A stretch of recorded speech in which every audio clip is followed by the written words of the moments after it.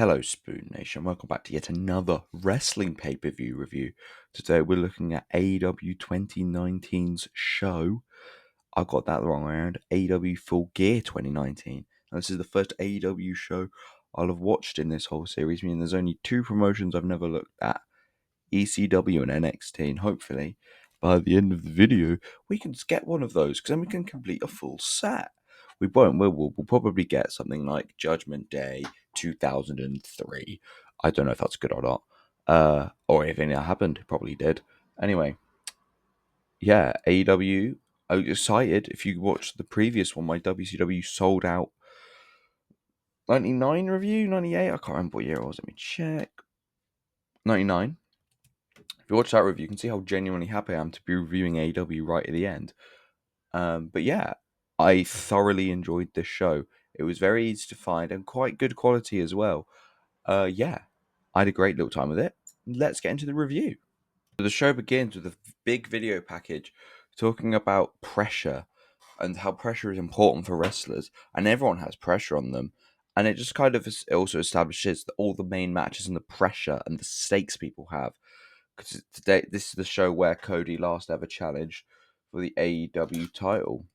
JR and Excalibur on the call, and it's AEW's 5th ever pay-per-view, so that's neat. Justin Roberts announced the first match, which is a tag match between the Young Bucks and Santana and Ortiz. I'm gonna be honest, I've heard of most of the people on this card, but some of them, I might get names mixed up. Also, the Young Bucks look much more similar then than they do now, so there's also a chance I got them mixed up. And you're wrestling fans, I'm sure the 0 people that will watch this and have watched the show will actually correct me, won't you? Or don't. Please comment. Interactions are important. Anyway, the Bucks are down first, and then Power and Powerful. Santana Ortiz are next down. And the match is built on just which tag team is the best in the world. And then one of Santana Ortiz go. The Rock and Roll Express are in this match, not in it. They're at ringside, and then one of Santana Ortiz go and shout at them, and then the Bucks go like get rid of Santana Ortiz and go and shake the Rock and Roll's hands, and then both the men get in the ring, and then it's a 2-on-2 attack. They're both all attacking each other. It's good punching, just left hook, right hook, uppercut. The Bucks do a tag that Ortiz didn't see, and he runs at one of them in a cool spot. So he's running at one of them, but he gets speared by the other one, and then some suicide dives happen. There's a lot of suicide dives on this show. Ortiz tries to get back to the boot. Oh, he tries to tag Santana's boot, which I thought was clever, but the ref didn't have it. He was having none of it. As the double submission spot. Oh no, it's not a double submission spot. One of them. Both the Bucks are in a submission from both. Oh yeah, so one of them. They were all in a big submission spot, but the Young Bucks were taking all the, off they were taking it basically. Ortiz does some back rakes, and then everyone tags out. A big crossbody from the top rope over the post to Ortiz from the legal bucket. This far of the match, not a clue which one's which. Good diving double stomp team move thing from the Bucks. Nick went to kick Ortiz, who was next to the post, and this was brutal. Obviously, working McWorkface. But he goes to kick Ortiz, who ducks, and he just fucking wallops the ring post, and it's rough. Matt's then thrown at the Rock and Roll Express by Santana, who just does a snot rocket at them. And at this point, the Rock and Roll Express have to get involved. They're being involved. They've got to do it. Nick then gets double deemed by P&P. Proud and Powerful. I think that's their tag name from the time. I can't remember. And looks like he's been able to fend them off, but he does get a double suplex. Then a dragon screw on his leg, and they're just working over his leg, man. There's a desperate super kick from Nick. Then a hot tag to Matt, and he hits just loads of Northern Lights suplexes on both Proud and Powerful. Then the Bucks hit some Enziguri buckle bomb thing, and then a splash and a moonsault on Santana. Ortiz then pulls Nick's leg down, and he just keeps hitting on the leg. And then they attack Matt. He whips Santana into Ortiz, into an O'Connor roll, into a cutter. Pride and Powerful then hit a double team and a rope suicide.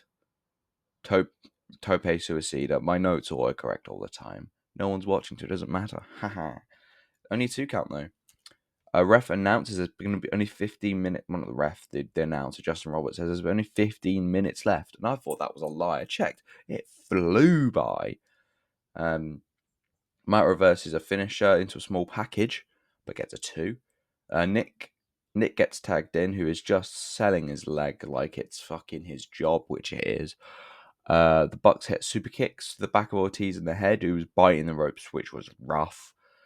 Then they do a double super kick to Santana, who was doing I assume he was doing just a moonsaulty thing, but double super kick was fun. Nick tags out as they hit a double move for a 2. They tease the Meltzer driver, but can't do the springboard because of Nick's leg. Is it Nick or Matt's leg? One of the legs.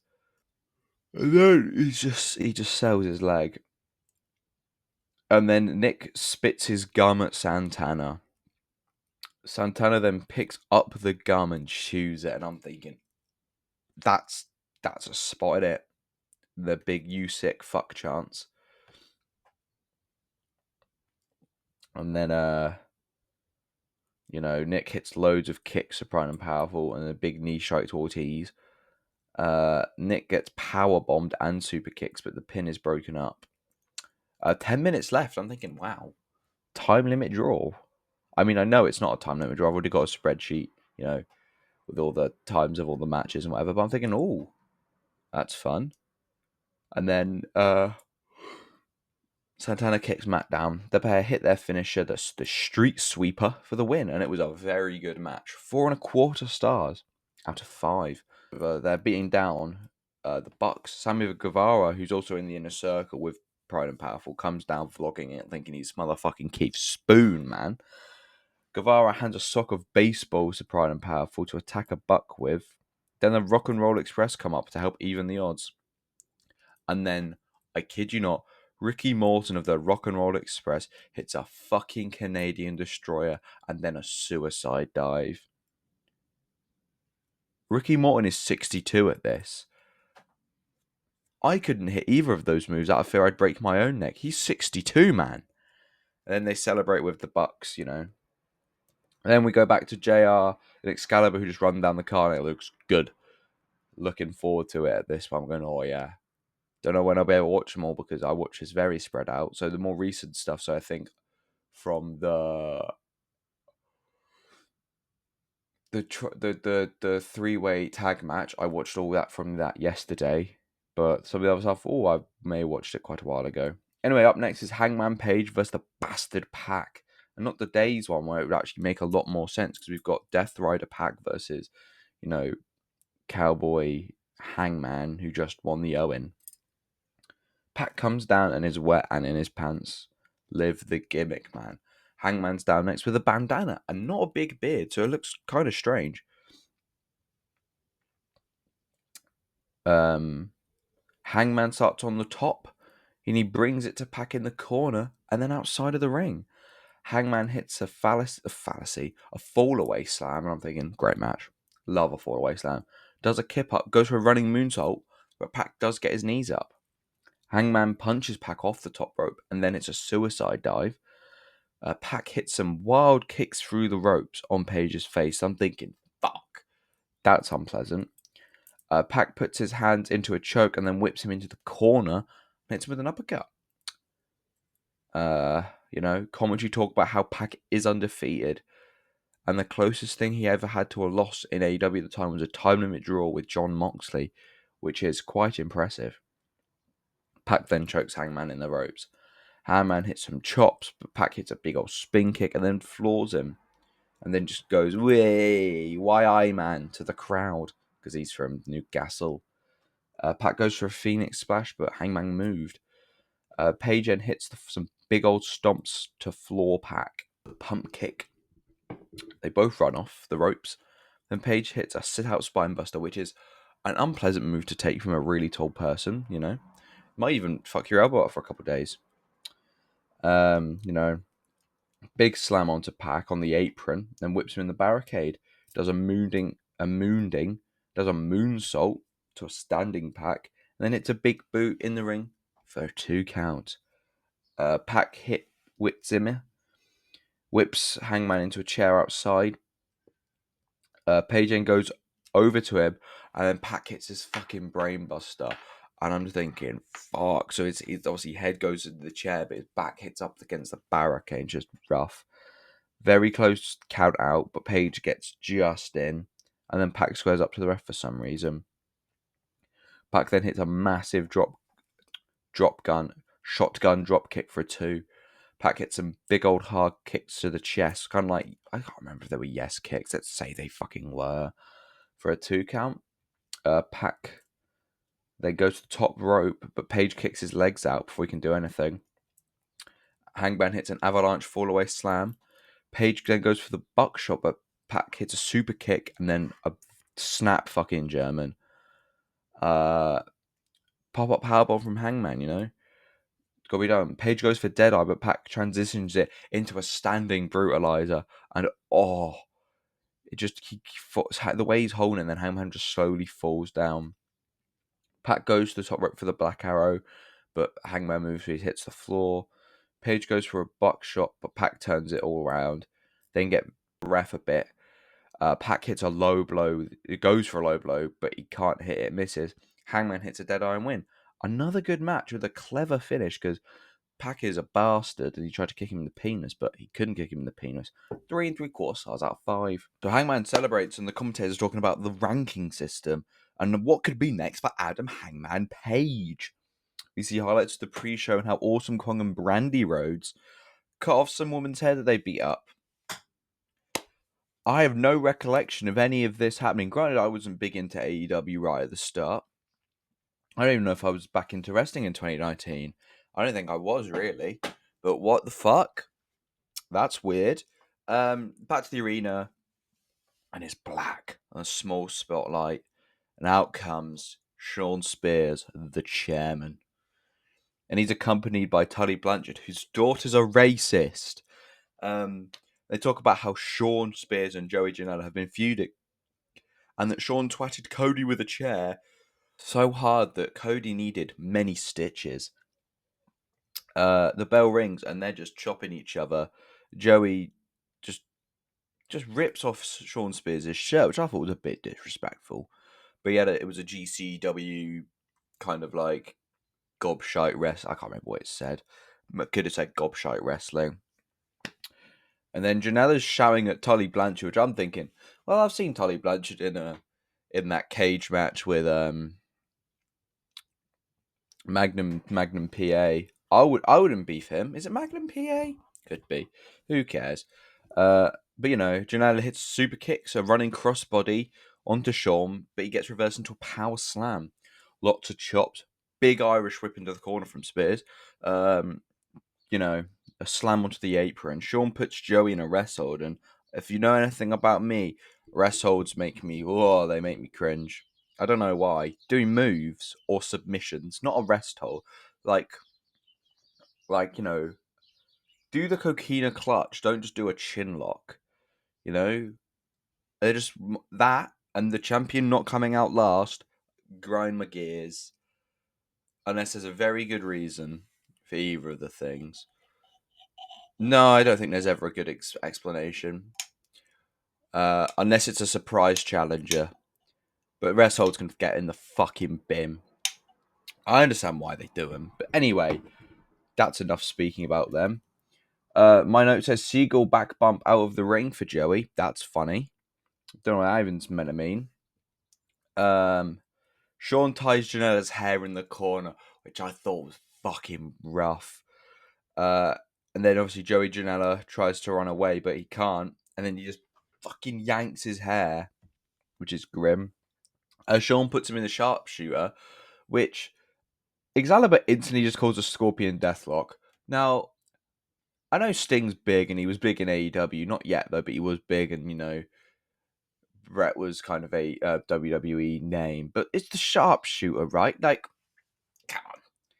Anyway, Janela gets to the bottom rope. Janela hits a swanton onto Spears, who's outside the ring. Then a superplex from Sean Spears. Janela goes to the top rope for a suicide dive. Then a corner kick. And then, suplex for a 2 count. Superplex, I think. God knows what these notes mean. Tully gets on the apron. I mean, that's weird. Joey just goes, fuck you, Tully Blanchard. Fuck you, says Joey Janela. God. Sean hits him with a sidewalk slam onto the top turnbuckle, which looked fucking rough. Tully talks to the ref.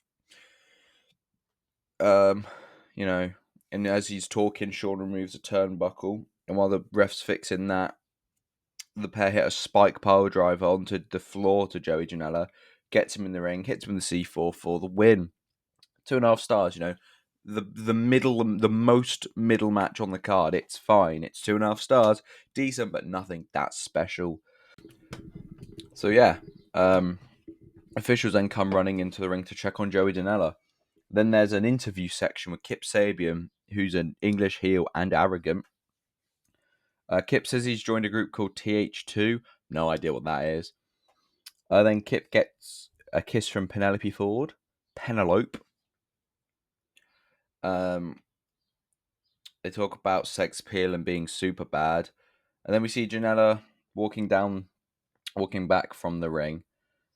So the highlight package of the tag team tournament that got us here for the next match, which is a 3-way dance between Private Party, the Lucha Bros, and I think they're called not CPU, SCU. It's Scorpio Sky and Frankie Kazarian. Now, from here on, I watched it yesterday, so I should be a bit better and a bit quicker and know what my notes mean. There's been bits of edits with it, which I don't normally do, but I was having to struggle reading my auto-corrected notes. Anyway, all get pretty big announcements. As they come down, the Lucha Bros have medals. I don't really think they explained it why. I think it's because they're number 1 contenders, but that's weird. Anyway, so it's a 3-way dance. There's only 2 in the ring at once, so it's multi-person tag matches where they're still a standard tag match, but there's only 2 in the ring and there are 3 teams. Weird to me. Have it be they can have 3 people in the ring and they can all tag their own partner, or just have it tornado. Good God! Anyway, there's a bit where basically the Lucha Bros are dominating the start. They double team Private Party, and then they double team Frankie Kazarian, and then there's a double down of Penta and Kazarian. Kazarian tags Cassidy in, and they then just double team Penta. Gone, Junior, I think. I don't know what he's called. It's Penio Zero Miedo, the only Spanish I know besides Hola and Uno. Private Party then double team Penta with Quen being the legal men. Quen the men, that's funny, and Penta. The Lucha do some funny Zero and Miedo stuff with the ref, and then they just start working over Quen. Quen tags in Scorpio Sky as Penta tags in Rey Phoenix. Scorpio hits a cool drop kick combo to Rey. Then he hits a springboard cutter and a dragon sleep, and I think dragon sleep was fucking brutal. Just basically. And then Kazarian does the same to Quen. And then Penta comes in and just fucking kicks him in the face, which I thought was very nice. Quen takes out Penta and Kazarian Quen takes out Penta and Kazarian with a cowberry flop. I don't know what that is. I think it's the kind of they do a thing. Sky then does a suicide dive, but as he's going to do it, Rey runs the top ropes and knees him in the fucking face, which I thought was a great spot. Cassidy then hits the big pile with I think they called it a tornado. Don't know what that means. Phoenix then hits this beautiful. He does a springboard from one corner into the middle, off the top ropes. It's like a corkscrew into the whole group, and then That was good. And then back in the ring, he hits a springboard crossbody for a very good near fall. SCU, that's what they're called. Hit Phoenix with a massive top rope assisted DDT, which I thought looked fucking rough. Then Penta breaks up the pin with a big old kick. He's fucking good, Mr. Penta. Private Party then double team Kazarian for another great near fall. SCU then hit Cassie with their finish for the retention. You know, a very good match. Mainly the Lucha Bros, which I'm excited about because I'm not tribalistic at all. But I can only watch AW because not AW WWE because I ain't got money to burn on £50 pay-per-views with AEW, and AEW's on Netflix, which I have. But I will watch them. This isn't me being tribal. I'm reviewing AEW, and I'm not trying to be like, let's talk about WWE on an AEW show. I'm just saying, I'm happy I get to watch the Lucha Bros in WWE, which is sick. 3.5 out of 5. The Lucha Bros then attack SCU after the match, and Penta teases doing, I think I don't know if it would have been the Penta driver, but he teases a move onto a chair. Then the lights go. I'm like, I don't know who's going to come out. It could be a debut. Lights come on. Then there's a second Penta, like identical to Penta, who hits an angel wing, and I'm thinking, it's Christopher Daniels. And commentary say, Christopher Daniels, he's attacking the people that injured him. That's my JR impression. Don't think about it. And then it goes to black. The women's title match is up next, and it's a video package of Riho celebrating being the first ever champ. And the match is Riho vs Emi Sakura. Sakura. Anyway, Rio is 22, which I think that's very young. And then Emi Sakura has been wrestling for 24 years and it's like her mentor. They're both Japanese. I googled it and there are two Rihos. I think I might have spelled one wrong. Anyway, Kenny Omega says it's student versus teacher and it's going to be a very respectful match. I don't normally do a lot about entrances and whatever, but Sakura comes down dressed like Freddie Mercury, which was fucking hilarious to me. I don't know why. Rio comes down, and I'm thinking, that's a very small belt, AEW. I know they fixed it, but that's very small. But maybe it's because Rio's small. She's only 22. She's 98 pounds. They keep banging on about 5'1". Anyway, Sakuru's tearing up being announced because she's like, oh, this is big. I'm fighting my biggest protege, and Rio's tearful too. And the pair just look genuinely happy to be having a match together, which is nice. And it starts with a test strength, which I fucking love. I love a test of strength. Just a big fuck you. So after the test of strength, Rio is just screaming and being worked over. And then she has a really good pin escape where she kind of stands up out of it, which I think was cool. A big cross body sends Rio out the ring. Rio then hits a double stomp, which we see a lot of on this match. In this match, to Sakura onto the apron like a coup de grace kinda. Rio hits a double knee strike, goes for a roll up, but gets kicks out. Single leg Boston Crab, which I like it. I like a Boston Crab and a single leg one, just fucking both of them. But Sakura gets to the bottom rope. Sakura does the "We Will Rock You" stuff, and then hits a mental crossbody. And then Sakuru's, I think she's got like some chin lock, but she's going like, "Ayo," and then crowd are doing it back, which I think is fucking sick. And then she does the surfboard thing where they got them like all four up and just rolls her around the ring doing it, and it's so good. And the whole match is Rio is such a good face. Then she hits a fucking 619. They call it something bollocks. I think they call it like the Tiger Feint spin kick. It's a 619, man. Booyaka booyaka. Then a crossbody for a 2. And then Sakura does a big old scratch across Rio's back. And then she goes up to the ref and is like, boo, which is funny. Then a incredibly quick tilt-a-whirl backbreaker onto Rio, and then another backbreaker. Then a stomp on Rio's arm, which looked fucking shit. You're just like, oh no. So imagine someone jumping just onto your arm, but it was a very good near fall. Sakura hits a tiger bomb, which they called a tiger driver, but no one landed on their fucking neck. But Rio gets out of the pin and just hits another standing stomp. Big up, some stiff chops here. Like, I know they were like friendly, but Christ. Big slaps and kicks and just chops. And then a Northern Nights suplex from Rio for a 2 count. Then another foot stomp. Then another foot stomp from the top rope. But Sakura does a really cool bridge to get out the pin. did a back suplex and a torture rack slam. Rhea but escapes a pinfall from the torture rack with a foot on the rope. Sakura goes for another tiger bomb, but Riho like flips out of it, hits a double knee, goes for another double knee, but Sakura puts her in a pin, and then there's a really weird count because the ref counts the one, stops counting, but then counts another one and a two, but everyone thinks the match is over because of how quick they were, but it's because shoulders and stuff. Then lots of quick pin attempts, a knee strike, then a big like spin pin. I don't know how to explain it from Riho to retain a decent match, but that botch at the end, like right at the end, like maybe the last 30 seconds, 3.25 out of 5. Up next, they shake a bit of hands and there's a show of respect, like pointing each other. And up next, we have a video package for the AEW title match of Cody Rhodes versus Christopher Y2J, the Man Jericho. And it shows that they're just scrapping, and that Jericho's group are quite mean to Dustin Rhodes, who's Cody's brother. Cody then, I think, kind of by himself, makes a stipulation that he'll never, if he loses, he'll never challenge the AEW World Title again, which is weird. And then the commentary are like, if this match goes to a draw, it's an AEW title match.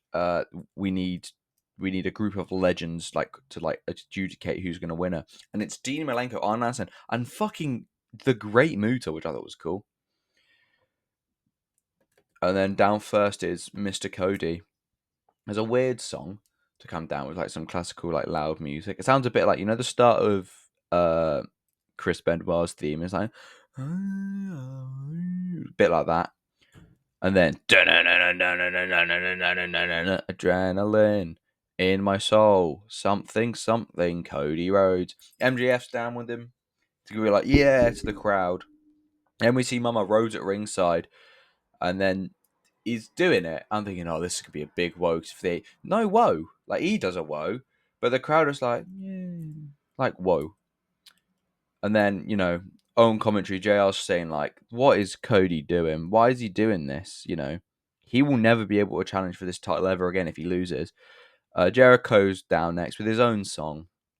And I think the crowd are singing it a bit better than they sang Thingy. But he comes down with Jake Hager. And there's a lot of chat about how Jericho is always going to be the first AEW champion. Justin Roberts has a big announcement, and he makes it feel massive. And the only not complaint, it's so weird hearing him was referred to as the American Nightmare, Cody, like Cody Rhodes, man. But also, he's not got his stupid fucking neck tattoo, so that's good. Jericho taunts the crowd a bit after not giving Audrey Edwards the title, and then the match kind of starts, and it's Jericho's birthday, and the crowd are trying, "Fuck your birthday." After saying, "Fuck your birthday," the match does start. And most of it's just Jericho leaving the ring, doing a little bit of shove, but then he starts working over Cody. But then he gets out and he does the Stardust cartwheel. He doesn't do the big blow, but he does the Stardust thing. Jericho then leaves the ring after yet another lockup, and then we see the judges again.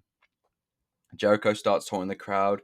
Then he leaves the ring, but then he goes and he's a lot. The first 3 minutes is Jericho leaving it. He then goes over to the judges and taunts Dean Malenko because, the past history. More locks and holds, but Cody hits a top rope, hits a rope suicider apparently to Jericho, driving him into the barricade. And Cody keeps working on Jericho's arm to stop him doing the big old Judas effect. After more working over, MJF, who's at ringside, just keeps shouting at Jericho, "Do the Judas effect now!" And then a big old power slam for Cody for a 2 count. Cody hits a clothesline onto the ramp side of the ring. Then Cody goes for a dive, and oh my god, he misses Jericho completely, which I assume is the plan. But he cuts his eye, and it's a rough looking cut, and the doctors are checking on him because there's a huge fucking cut. Hager, Jericho's just kind of gets out of the way so the doctors can do what they got to do.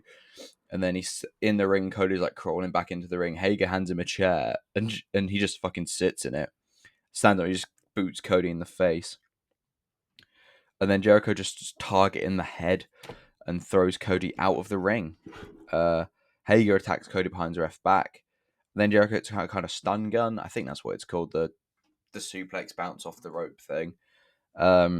And then MJF just keeps shouting at Cody, "Don't give up, man." Big strikes from Mr. Rhodes. Well, he's not Mr. Rhodes, actually. He's just Cody. And then Jericho floors him with a big fucking kick. Jericho dominates Cody in a corner. Cody then goes to hit a moonsault, but just hits canvas. Jericho then puts a rest hold on to Cody, who strikes his way out. I hate rest holds. Anyway, Jericho just starts targeting Cody's ribs, which JR's putting over on commentary. He also landed on his ribs when he did his stupid dive that cut him open. Anyway, more rest holds. Jericho goes for a lion salt, but Cody gets his knees up. Then Cody hits a Cody cutter, for a 2 count. Cody does his like Hulk up type thing, hits a clothesline and a pump kick, and then does the 10 strikes in the corner. Cody hits a disaster kick to get Jericho out of the ring. Cody rolls out, and just Jericho works over his ribs and back, and the blood's back. Mama Rhodes then slaps Jericho a few times. Like, the ref would have seen this. This should be a disqualification. That's a slap. Cody hits a big old Alabama slam, and the commentary team can't remember what it's fucking called. For a 2. Cody goes, "Woo!" and then does the figure 4. But Jericho reverses it and makes Cody go to the ropes. And then Jake Hager hits Cody again. Cody ducks a Jericho attack, so he's goes out the way, so Jericho pushes Hager down. And then Cody does like the O'Connor roll pin. Jericho pushes him, and then Hager hits him. And then Hager gets ejected. But before he's going, he attacks MJF, thinking, "Oh, he's going to hit a powerbomb." He doesn't. He just pushes him a bit. Then Jericho gets his weight belt off and just starts fucking whipping Cody with it. And there's a double down then, because there's a belt shot. I've mixed it up. There was a belt shot. The whipping hasn't started yet. Jericho goes and gets the pin, but he gets a near fall. Jericho goes for a Jews fix, but Cody grabs him crossroads, and I don't even think he fucking go to pin him. More blood now. It's flowing. Kneeling Ye boost up to their standing, and then the fucking bionic elbow for a 2 count. Cody goes for a springboard, but Jericho catches it into a cobra for yet another near fall. Now Jericho takes off his weight belt and just fucking whips Cody with it until Aubrey takes it. Then Cody goes for a top rope Hurricane Rana, but Jericho reverses into a Boston Crab. Cody gets to the bottom rope, but then Jericho just hammers the wound. Jericho and the ref shove each other a little bit. Cody goes for a small package, but Jericho kicks out, obviously. Puts him in the lion tamer, and as he's doing it, Jericho is stomping on Cody's face, and then he gets a lot of fucking torque on it. Then MJF gets a towel, and he fucking launches it in there, and I'm thinking, whoa! I already knew this was going to happen. It's a big AEW moment, but fuck! That's shit from Maxwell Jacob Friedman to do to his best friend Cody Rhodes. And the ending's flat, but it's kind of meant to be. Very good match, though. 4 out of 5. And as the match is ending, Jericho walks away with his gang. And MJF looks anguished in the ring with Cody, and they're crying, and Jericho celebrating. MJF are talking, and MJF's crying. He's so sorry. He's trying to explain himself. And then they stand up. Cody's like, "It's okay, mate. It's okay." Dick kick C from MJF right to the penis. Quite predictable, but still pretty good. Then MJF's walking back, and he's just looking back at the crowd and whatever. And a fan launches the drink all over MJF, and the crowd go, "Oh!" Putting security on him like a fucking bullet. And then we see one of the first sad Cody faces, the first of maybe 3 major sad Cody faces I can think of. We've got this one, 39 and 41. And then we see an ad for AEW Dynamite. Then JR and Excalibur explain the last match, and it's unsanctioned and a lights out match. And we see the package, and Moxley is unpleased that it is unsanctioned. He's like, "I want to get a winner. I want an official win over Kenny Omega because I'll fucking beat him. But you're making it unsanctioned." And then Kenny says, "I will be the best." And John says, "This isn't going to be funny, and I'm going to bloody batter you, Kenny Omega, because I'm one bad son of a bitch." And then Justin does a lights out thing, and I get it. I think it'd be more effective if they just turned all the lights out, and then a spotlight is in the ring as they're coming down, not off and then back on again. Anyway, out first is Mr. Omega himself. And JR says Kenny is the best wrestler in the world going. And after watching this, I can see that. I can see that argument. Down next is John Moxley, who is coming through the crowd. Dun it. Nah, he didn't come down to Shield music. They start fighting before the bell rings, and JR says, "This is going to be an old-fashioned slobber knocker." I can't do a JR voice. Stone Cold, the slobber knocker. I can't do it. Massive black hole slam to Omega to begin with. And then the fucking Mox goes, "Fuck you," to the camera. "Fuck you." And I'm unsanctionable. And then he throws a fucking bin in the ring. Kenny grabs the bin, but Mox twats a lid off his head. They then run out the ring. Like fucking running for a takedown, get out the ring. Kenny throws stuff over the Mox over the barricade, and then does this insane drop kick. Like he's running at him, he clears the barrier and fucking missile drop kick. And then they're going through the crowd, big old chair to the back. Then a beer's thrown at John Moxley outside the ring again. And outside in the crowd. So when I talk about a metal bin, it's the trash can. This is like a rubber bin. Fucking Americans. And he fucking twats Moxley with it, starts it down, then jumps from like a guardrail up a bit, does a fucking coup de grace onto the bin, which I thought was fucking sick. Then another beer's thrown over John Moxley, and then Omega does a moonsault off the barricade, goes to do one, but John fucking just pushes him over. And John hits a snap suplex onto the floor, Mr. Moxley. And then we see a barbed wire bar. I'm like, oh. He then goes to hit Omega with the back. Kenny pushes him. But then Mox just hits him 3 times. And then Kenny's beating. And then there's a 4th hit. Oh. John then pushes it into Kenny's back and does a fucking stomp on it. John then goes to face rub it against Omega's face, but it gets away there, and they do some rope running. And then Kenny gets him up for the Snapdragon suplex, but John gets him out and just rubs it on his arm, which is fuck. Kenny then hits the metal bin there just over his fucking face. And Kenny looks scared. Then just a pile driver onto the bin. But I mean, Kenny, because he's not actually trying to kill him. His ass basically bends the bin. But anyway, Kenny now has the bat in his hand. He just kind of throws it away. He grabs a table and sets up against the barricade. That'll be important for later. Omega gets a barbed wire broom because he's the cleaner, which I thought was funny. Explaining that to my friends is, oh no, it's like a broom, but barbed wire. John then launches the can at Kenny. John goes for a suicide dive, but Kenny just fucks him up with the broom. And then go.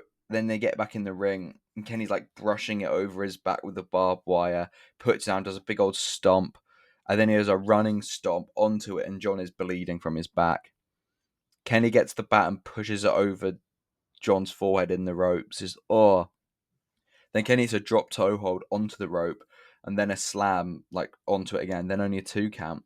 Kenny gets another bin, and he stacks it in the corner bit over there, like a camera for the show or something. Then Kenny climbs up the rope, jumps up the ropes, grabs it, hits a moonsault onto Mox. And then Kenny goes out and gets a big board covered in mouse traps. And I'm thinking, fuck, that's not great.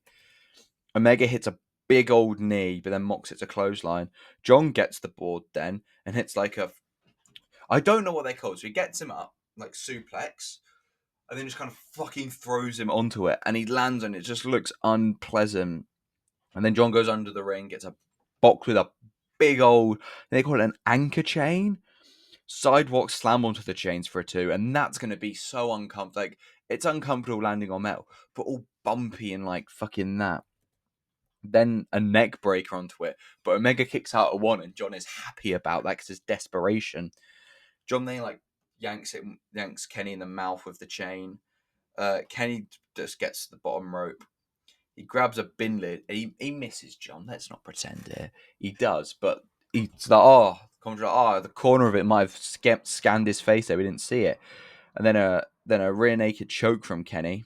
But he gets out of it by just fucking walloping the bin lid on his face. Moxon hits just a rock bottom and gets more toys, I put. And he gets a screwdriver, and I'm thinking, oh, that's not good, is it? Omega then gets the chain, wraps his knuckles in and just punches Mox. Mox goes to like this would have been a murder. Goes to stab Kenny, but he ducks and he stabs it into the top turnbuckle. And then Mox hits a back body drop onto the chains. And then Kenny hits a Snapdragon suplex, which I think, they're obviously probably safe. Fuck, that's your neck. And then he hits another one. Then he goes for a third one onto the chain. But Mox just gets out of it and bites Kenny in the fucking face, who then goes, hits a third Dragon suplex. Kenny then wraps the chain round Mox's neck and does like a hangman, like out the ring, like his feet are not touching the ground. Mox gets out, Kenny hits a suicide dive, put them both through the table. Kenny then gets out a black bag, and I'm thinking, what could it be? Could be tax, could be fucking beads. Like, come on. Like, I know it was important for the story, but beads in a black bag? Drew, come on, man. And oh my god, it's broken glass, cry me a river. And it's the glass from the table that John put Kenny through, apparently. And then Kenny gets the glass and, like, cuts his fucking fingers with it, and it's and then Kenny crushes the bag and just like pours out in the middle of the ring. Then Omega hits a set out spine buster onto the glass for a 2. Kenny drags Mox through the glass, puts him in the sharpshooter, and then he has to fucking crawl through it to the bottom rope, which is awful. And Kenny gets like Moxie's getting his breath, and Kenny's getting like a handful of the big bits of broken glass, and he tries to get it in John's mouth, but I don't think he does for obvious reasons. It's glass. He then goes for a V trigger, but John reverses into a German into the glass. But then Kenny hits 2 V triggers. John's then crawled away, like out the ring, up the ramp. Kenny has grabbed the screwdriver and starts following John. And then he's like, gets John like in a fucking headlock and starts fucking digging it in his head. And then he's teasing the one-winged angel. But Mox gets him in a... Oh no, I've missed a bit here. Kenny is now shouting at the Elite to get something. And the Elite are like, no. So it's the Bucks and the Bucks and Hangman like, we can't get it. That's too much. But they bring it out and it's a barbed wire spider web. So it's teased they're going to do a one-winged angel. Then Mox gets him in the fireman carry. I'm thinking, fuck. Is he going to fucking AA him in? No. A suplex. So it just sucks for both of them. Fish was trying to get them out. And there's blood, just like not loads and loads, but just dripping out their back. And the Elite are trying to talk to Omega, being like, you don't need to do this, man. It's not worth it. Mox then just punches a ref. And then there's like a set piece thing with like glass, plexiglass, Crimea River. He goes suplex it through, but Omega somehow hits something, and then V triggers John through it. Mox does come out first. Then they walk back to the ring. Kenny gets a plank of wood, which I don't think actually means anything. John then hits just a paradigm shift just in the ring. I think nearly on glass. I can't really remember. But Kenny kicks out. John then cuts all the canvas away, like all the bits underneath, pulls up, just to expose the wood. Mox goes for a fucking pile driver on it. But Kenny hits a back body drop, then a V trigger to Moxley, then a one-winged angel is teased onto it. But then then Kenny hits a paradigm shift for a near fall. Kenny goes to the top rope, goes to hit a Phoenix Slash, but John rolls away, so he just hits the fucking wood. John hits a paradigm shift for the 3. What a fucking war. 4 3/4 out of 5. It's nearly a perfect match. I don't know what about it. I think it was just there was a lot of walking. I don't know. I don't know why I didn't give it 5 stars, but neither did Dave Meltzer. So who are you gonna trust more, Dave Meltzer or Keith Spoon? That's pretty much that's the match. Doctors are coming to check both of them. John's swearing at the camera.